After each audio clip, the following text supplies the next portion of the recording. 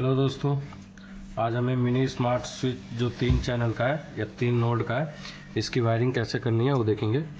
मैंने already wire कर रखा है तो मैं आपको सीधा समझा देता हूँ। यहाँ से ये जो वायर है ब्राउन कलर का और ये न्यूट्रल कलर का, ये मेन वायर है जो कि आपके बोर्ड में मीटर से आ रहा होता है।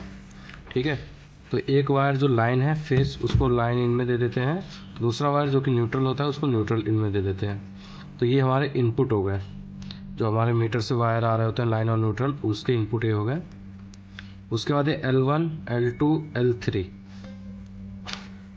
ठीक है दोस्तों, ये लोड के लिए है, जो चीज़ हम जलाना चाहते हैं उसके लिए है। उसका आउटपुट यहाँ से जाएगा। आउटपुट में जैसे बल्ब जला रहे हैं, बल्ब में 2 वायर होती है, जैसा कि आप यहाँ देख रहे हैं, एक ब्लैक और एक रेड, 2 वायर होती है। तो जो यहाँ से लाइन का आउटपुट निकलेगा तो एक वायर हर डिवाइस का एक एक वायर L1, L2, L3 में लगा देंगे। जैसे कि मैंने यहाँ पे 3 बल्ब रखे हुए हैं, ये 3 बल्ब मैंने लोड के लिए रखा हुआ है, इन सब के कनेक्शन कर रखे मैंने। तो एक वायर ये रहा इसका L1, इस वाले डिवाइस का, इस वाले डिवाइस का L2, ठीक है, और इस वाले डिवाइस का L3। एक वायर मैंने सबके यहाँ लगा दिया। ठीक है दोस्तों, उसके बाद ये न्यूट्रल का कॉमन है, जो कि हम हर डिवाइस का जो एक एक वायर बच रहा है हमारा, उसको आपस में जॉइंट करके एक साथ मैंने कॉमन में लगा दिया है यहाँ पे। ठीक है दोस्तों, यहाँ पे आप देख रहे होंगे कि तीनों डिवाइस का न्यूट्रल एक मैंने बना दिया है और यहाँ लगा दिया है इसके कॉमन में। तो आपको यहाँ तक समझ में आ गया होगा कि लाइन इन और न्यूट्रल इन मेन वायर है जो कि मीटर से आता है।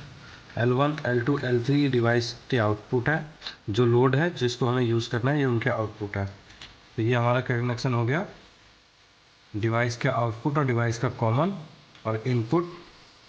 अब आ जाइए इधर, ये जो वायर्स छोड़ रखे हैं ये इसलिए है क्योंकि ये स्मार्ट स्विच है, इसको आप मोबाइल में ऐप के थ्रू तो यूज़ कर ही सकते हैं, लेकिन इसके साथ आप ये भी चाहते हैं कि जो आपके नॉर्मल स्विचेस जो हैं जिसमें पहले ये लोड दिए हुए थे वो भी वर्क करते रहे, तो ये उनका कनेक्शन है।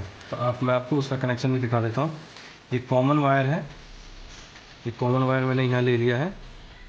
ठीक है दोस्तों, ये कॉमन वायर मैंने यहाँ ले लिया है और इसका एक लूप बनाया है, क्योंकि 3 चैनल का है ना, तो तीनों में इसी कॉमन वायर से लूप बना के दिया है।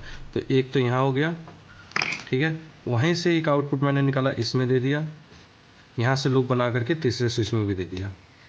तो ये तो हो गया, इस कॉमन को हमने तीनों स्विच में एक एक पॉइंट पे दे दिया।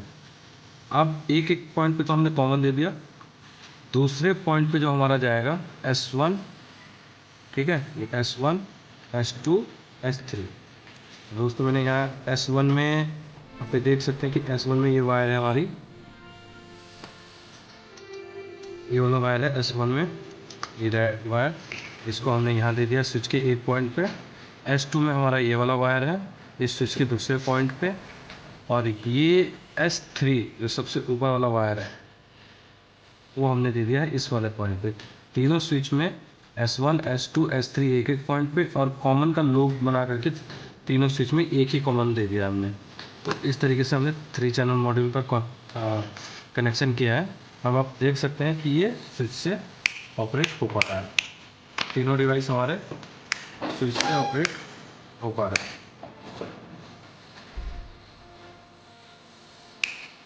तो इस तरीके से हम अपने 3 चैनल बोल लीजिए, 3 गैंग बोल लीजिए, या 3 नोड का मिनी स्मार्ट स्विच मॉड्यूल जो है रेट्रोफिट मॉड्यूल, जो कि हम नॉर्मल स्विच बोर्ड को स्मार्ट बनाने के लिए यूज़ करते हैं, उसका कनेक्शन हम कर सकते हैं। इसके बाद भी अगर आपको कुछ समझना हो तो आप मुझे कमेंट कर सकते हैं, मैसेज ड्रॉप कर सकते हैं। और अगर आपको ये कनेक्शन समझ में आया हो और वीडियो अच्छा लगा हो तो लाइक, सब्सक्राइब एंड शेयर ज़रूर करें।